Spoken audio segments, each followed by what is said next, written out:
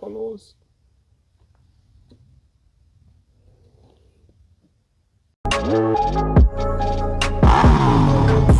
ازيكم يا شباب، معاكم سميدة في حلقة جديدة من على المكنة. حلقة النهاردة عن تيبس وتريكس كده في السواقة.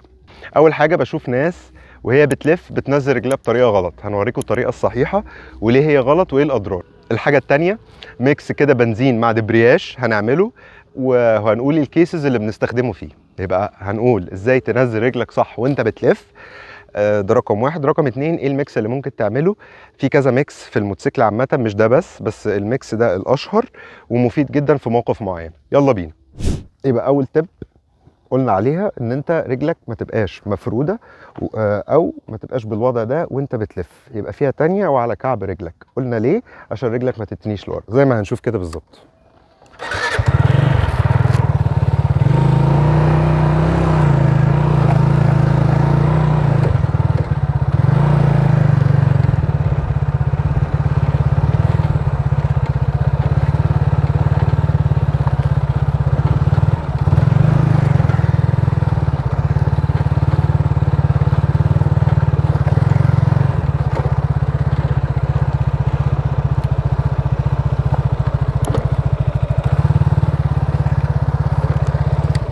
يبقى كعب رجلك هو اللي بيسند، وفي نفس الوقت يبقى فيه تانية في ركبك ما تبقاش صلبة، عشان تقدر تمايل ظرف الموتوسيكل في اي ظرف. انما لو رجلك لورا او رجلك مفرودة هيأثر على ركبك وهتسهل وقوعك. دي اول حاجة. تاني نقطة، الميكس. في ميكسات كتيرة للموتوسيكل. الميكس ده من اشهرهم اللي هو البنزين مع الدبرياج. يعني ايه؟ انا طالع من الجراج ماشي في حاجه فيها رمله، ماشي في مدق زي ده، لو دوست بنزين جامد يا الموتوسيكل هيفرك يا هقع، يا اما هينطلق بسرعه انا مش هقدر اتحكم فيها. طب احكمه ازاي؟ احكمه بالدبرياج. بدوس دبرياج كامل؟ لا، بدوس ربع دبرياج، نص دبرياج، على حسب الحاله. يعني انا ببقى مزود بنزين ودايس دبرياج، سبيشالي في الحاجات اللي فيها رمله. ده بيخليك تحكم الموتوسيكل. الميكس ده مهم جدا.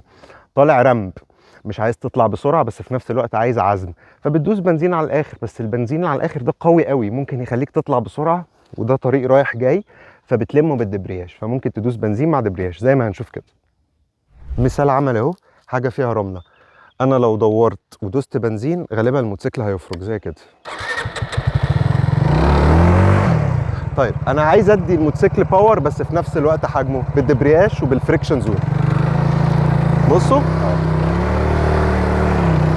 الموتوسيكل بيتحرك اهو. ليه؟ بديله بنزين وفي نفس الوقت حاكمه بالدبرياج. في النهايه يا رب ما نكونش طولنا عليكم. زي ما قلنا وضع رجلك مهم، عشان لا قدر الله انت بتاخد ملف لو هتقع تعرف تلحق الموتوسيكل.